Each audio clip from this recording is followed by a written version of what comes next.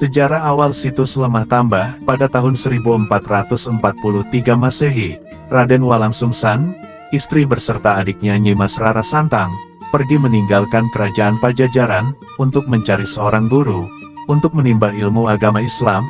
Di perjalanan, tepatnya di Gunung Cagak, Raden Walangsungsang bertemu Ratu Bangau. Ratu Bangau memberi nasihat ke Raden Walangsungsan. Ucap Ratu Bangau, apabila engkau mencari guru ilmu Islam yang sejati, datangilah dan bergurulah ke Syekh Nurjati atau Syekh Datul Kahfi di Gunung Jati. Raden Walangsungsan dan sang istri serta adiknya Rara Santang pamit dan bergegas meneruskan perjalanan ke Gunung Jati.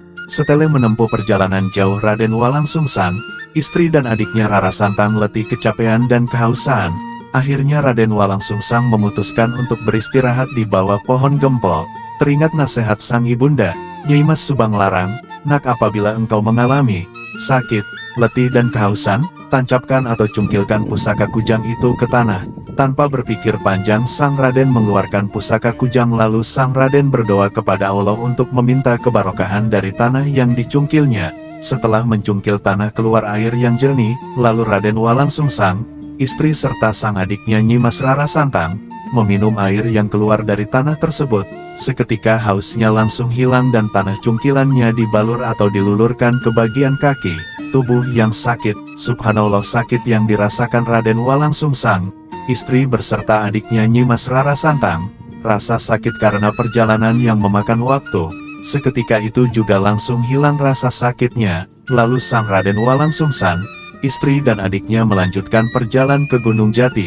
Seiring berjalannya waktu, tempat atau kampung tersebut diberi nama Cikujang. Ci artinya air, kujang artinya senjata yang digunakan untuk mencungkil tanah tersebut.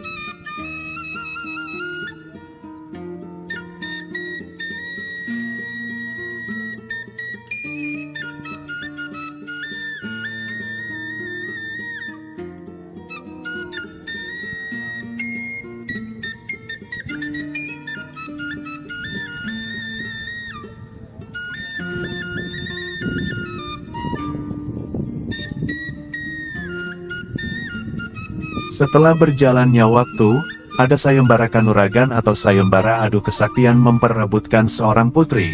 Putri tersebut bernama Nyai Mas Gandasari dari Pamuragan.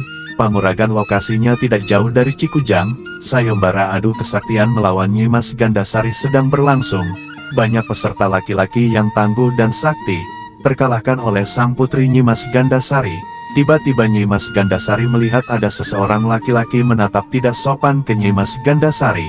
Kemudian Nyai Mas Gandasari mengibaskan selendang pusakanya yang bernama Selendang Luwung Kencana ke lelaki tersebut. Lelaki tersebut bernama Syekh Magelung Sakti. Syekh Magelung Sakti pun merasa ada yang aneh dengan tubuhnya. Tubuh Syekh Magelung Sakti lemas tak berdaya. Lalu Syekh Magelung pun pergi ke sebuah dusun. Dusun tersebut tidak jauh dari sayembara. Setelah sampai di dusun Cikujang, Syekh Magelung lalu beristirahat di bawah pohon randu.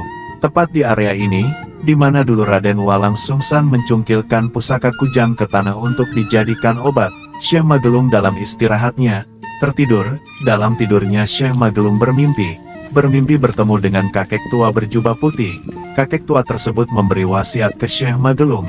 Isi wasiatnya, sakit atau luka yang dirasakan dalam tubuh bisa sembuh atau terobati dengan membalurkan atau lulur dari tanah dan air di tempat ini, dusun Cikujang. Lalu Syekh Magelung terbangun dari tidurnya. Setelah terbangun dari tidur, Syekh Magelung meyakini kakek tua berjubah putih dalam mimpinya adalah sosok Pangeran Suryanegara. Tidak berpikir lama, Syekh Magelung mengikuti wasiat atau perintah sang kakek dalam mimpi tidurnya. Syekh Magelung mengambil tanah dan air. Airnya diminum, dan tanahnya dibalurkan ke tubuh yang sakit. Dengan seizin Allah, badan Syekh Magelung langsung sembuh dan segar bubar kembali. Lalu Syekh Magelung Sakti bertemu dengan beberapa warga setempat. Syekh Magelung memberikan nama pada dusun atau tempat, yaitu Lemah Tambah. Lemah artinya tanah, tambah artinya obat atau mengobati. Setelah itu warga setempat banyak yang menggunakan tanah atau air untuk dijadikan obat penyembuhan penyakit non-medis dan penglarisan usaha pertanian, tentu karena atas ridho serta izin Allah Subhanahu wa Ta'ala.